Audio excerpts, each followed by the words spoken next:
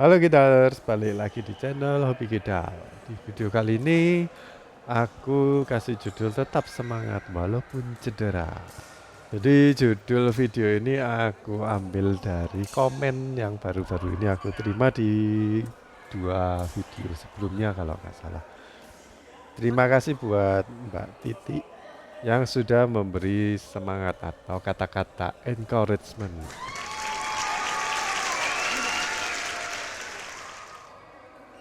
Oke, ini aku main di lapangan yang sama di tempat aku cedera. Jadi balik lagi ke lapangan yang membuat aku cedera, tapi bukan lapangan yang ini ya, bukan nomor lapangan yang sama.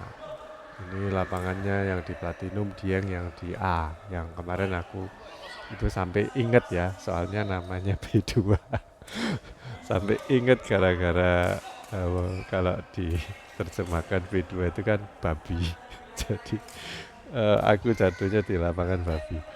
Eh, ya aku sebenarnya nggak trauma ya, jadi tetap kalau mau main di lapangan B2 pun juga nggak apa-apa. Cuman jadi pembelajaran aja kalau setiap kali aku main aku bakal ngecek ini sih lapangannya basah atau enggak, atau ada minyaknya atau enggak, nanti cedera lagi. Tapi aku udah beli sepatu baru. Hehehe. Ya semoga aja ini bisa menambah performa dan enggak cedera lagi. Nah, mungkin di video ini aku ingin bahas mengenai mentalitas ya. Ya, sebagai ini sih kata-kata pembuka. Jadi kalau aku secara fisik mungkin cedera. Kalau ini beberapa kali aku bilang kalau cedera lutut ya, padahal aku juga mengalami ini apa tenis elbow yang kadang kumat, kadang ini terasa nggak ngapa-ngapain terus terasa kayak cepet-cepet gitu. Mungkin karena waktu siangnya udah dipakai, mungkin terlalu keras ya. Terus ketika malam hari habis mandi itu malah keluar semua itu sakitnya. Yang di lutut udah nggak seberapa sakit, cuman beberapa gerakan aja kayak jongkok. Kalau terlalu lama itu sakit lagi. Terus kalau meluntir jongkok dan mau ngambil sesuatu itu kan kayak berangkang gitu ya, itu nggak bisa sakit, kayak ada yang narik gitu.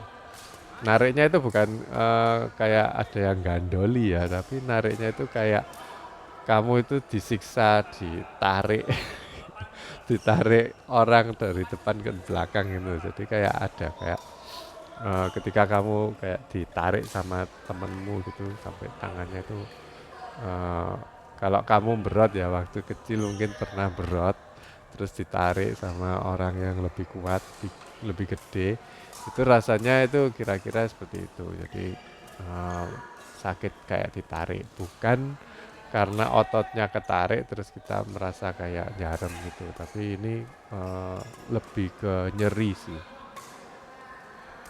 Nah, waktu main sih kadang-kadang ya ngempet atau nggak dirasa-rasain sakitnya karena lebih fokus ke permainan ya. Dan juga karena adrenalin mungkin itu juga menutupi rasa sakit. Yang ada di pikiranku itu kalaupun aku cedera secara fisik, tapi mental kan nggak ikut cedera dan skillnya pun juga nggak ikut cedera. Jadi kalau misalkan kaki kita itu sakit, tangan kita sakit, tapi skill main badminton tuh kan nggak cuman pakai kaki dan pakai tangan. Maksudnya nggak pakai siku, itu pakai pergelangan juga dan ayunan lengannya dia dimanfaatin aja apa yang kita punya. Nggak usah ini sih, nggak usah banyak protes atau mungkin banyak alasan. Kemarin tuh aku sempat ngajak yang anak yang nggak tahu datang, ayo kamu ikut. Waktu aku nggak bisa main ya, ada di grup tuh aku bilang, kamu aja yang gantiin aku main itu biar anak-anak. banyak yang datang gitu. Terus katanya, oh aku sakit, tanganku keselio apa, aduh. Padahal usianya itu masih berapa, umur 18-an kalau nggak salah.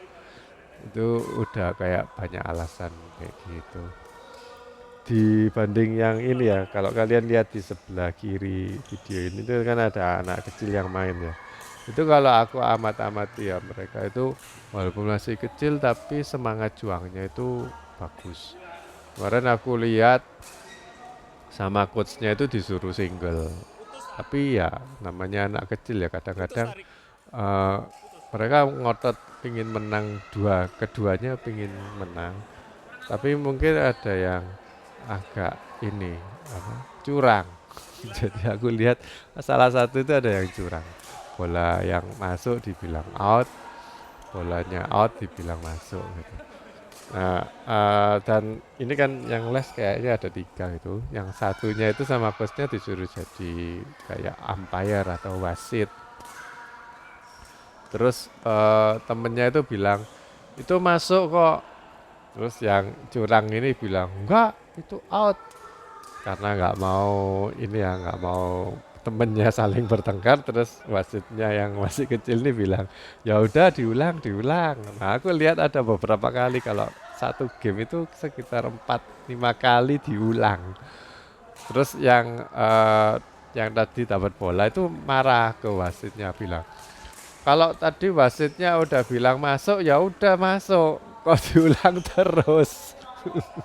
Jadi kan semangat itu boleh tapi ya nggak boleh curang ya.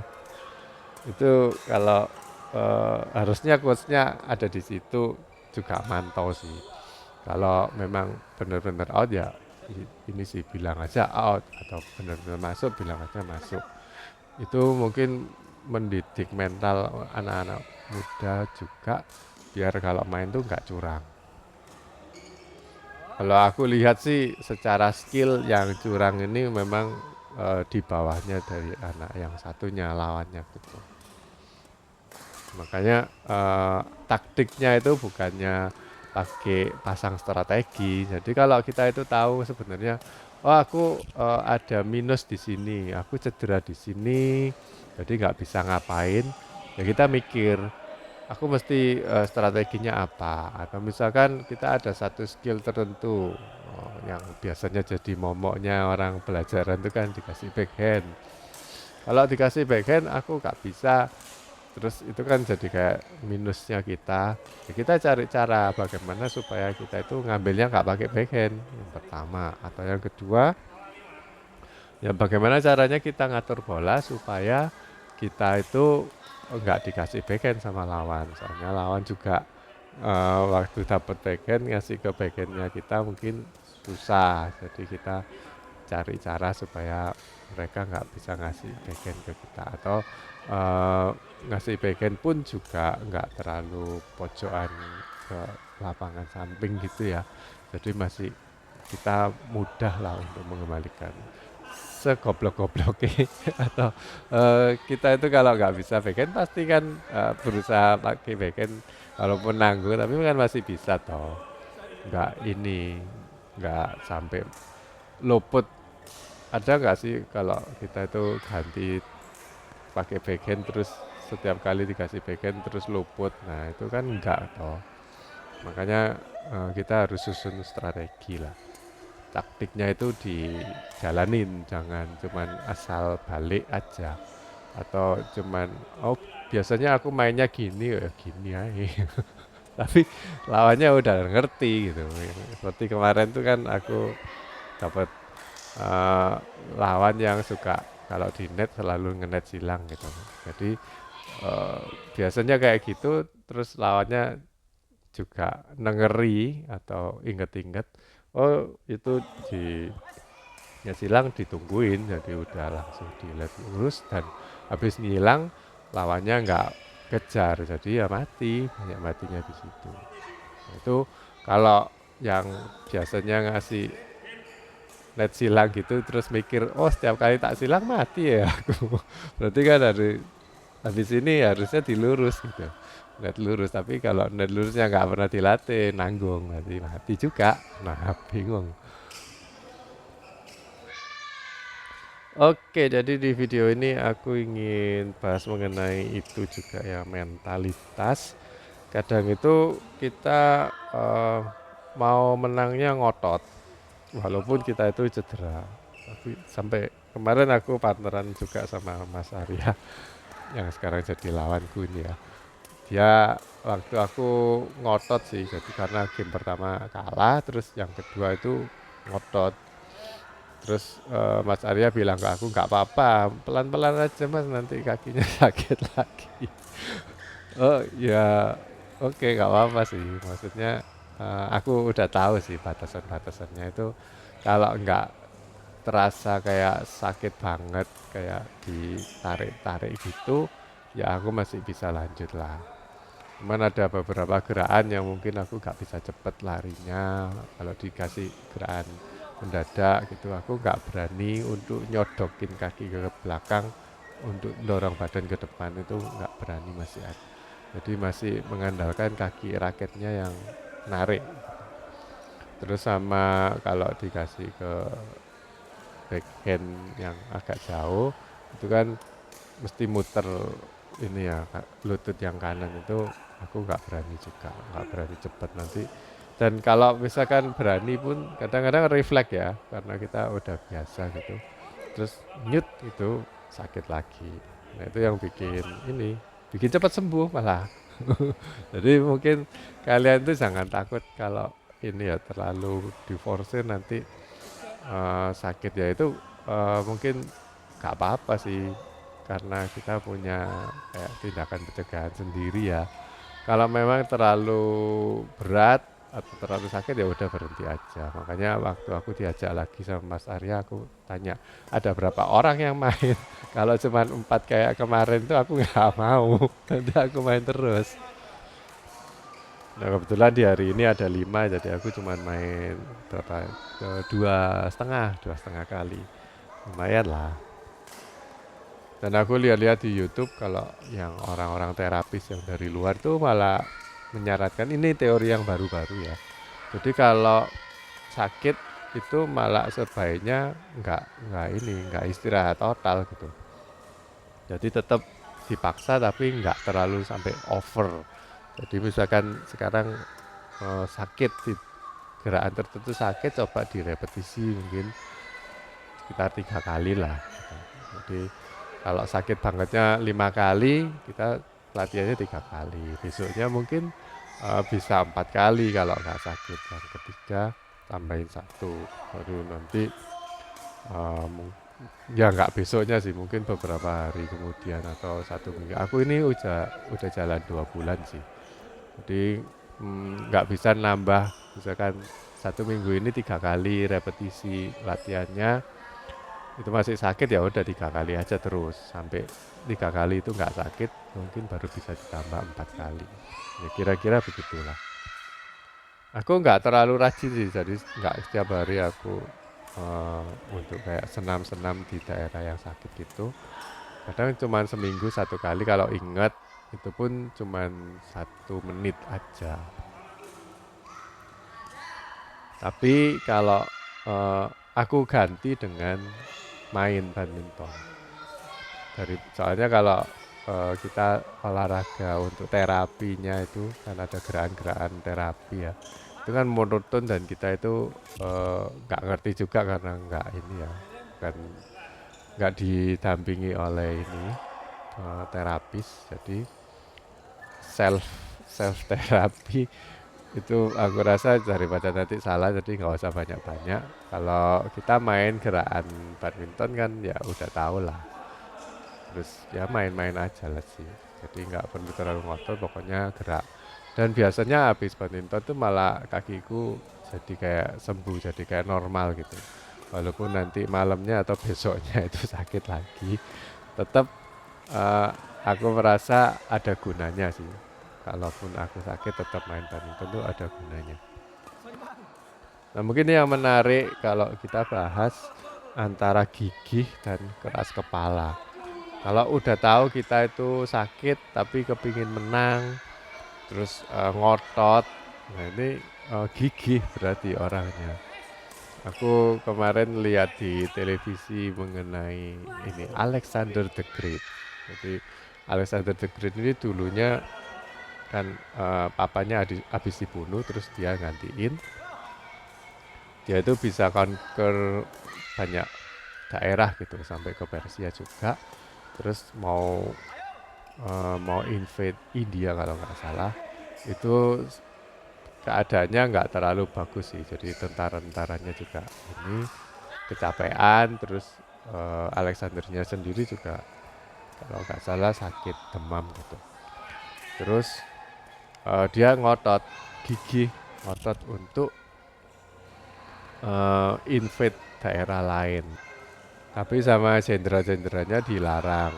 Tapi ya ini kan karena dia yang pimpinannya jadi ngotot, mereka harus nuruti. Tapi karena Alexandernya sendiri itu sakit, jadinya jenderalnya itu saling bertengkar, kayak rebutan kekuasaan gitu. Nanti kalau Alexandernya mati, biar mereka ada yang gantiin gitu. Jadi mereka bertengkar sendiri dan akhirnya mereka kalah atau ya hancurlah kerajaannya itu. Nah, menurut ahli sejarah dibilangnya itu bukan kegigihan tapi keras kepala, soalnya udah diberitahu sama jenderal-jenderalnya tapi tetap ngotot untuk menjajah negara lain. Padahal maksudnya itu bagus sih. Jadi idenya Alexander ini bilang kayak kepingin menjadikan satu dunia gitu. Ya conqueror, jadi dia yang jadi bosnya ya, jadi pimpinannya, maksudnya kayak gitu. Tapi bagus sih, kayak ada yang ngepalai semua jadi itu. Tapi kalau historiannya sejarawannya itu bilang misalkan Alexandernya ini nggak menjajah, jadi cukup puas untuk menguasai daerah-daerah ini, nggak sampai Itali gitu. Itu mungkin lambat laun bisa mempengaruhi negara-negara di sebelahnya itu ikut ke dia, ikut ke eh, bangsa Greek ya, karena pengaruh kebudayaan dan mungkin teknologinya itu hmm, udah kayak lebih maju dari negara lain. Mungkin negara lain malah kepingin gabung, tapi karena dia itu kepingin nyerang negara lain, makanya jadi hancur empire-nya atau kerajaannya. Nah itu aku hubungin sama ini ya, walaupun kalian mungkin cedera, nggak menye-menye. Kadang ada temen yang main, ayo diajak main lagi, ayo enggak capek apa, nanti aku istirahat dulu apa, padahal usianya separuhnya aku gitu.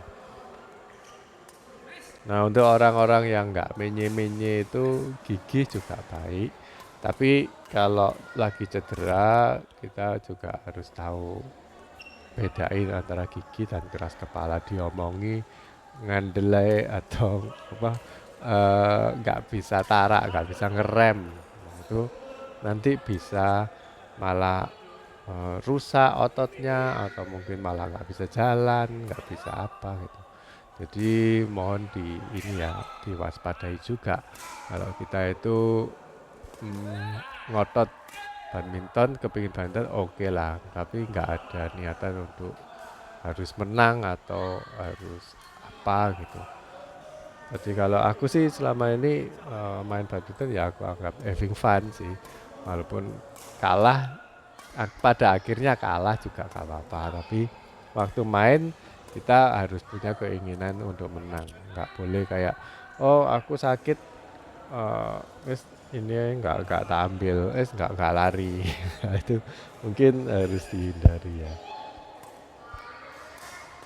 Oke guys, jadi gitu aja tipsnya atau cerita sih, bukan tips, cerita dari aku. Mungkin bisa berguna buat kalian yang juga mengalami cedera. Oke guys, sampai jumpa di video berikutnya. Bye bye.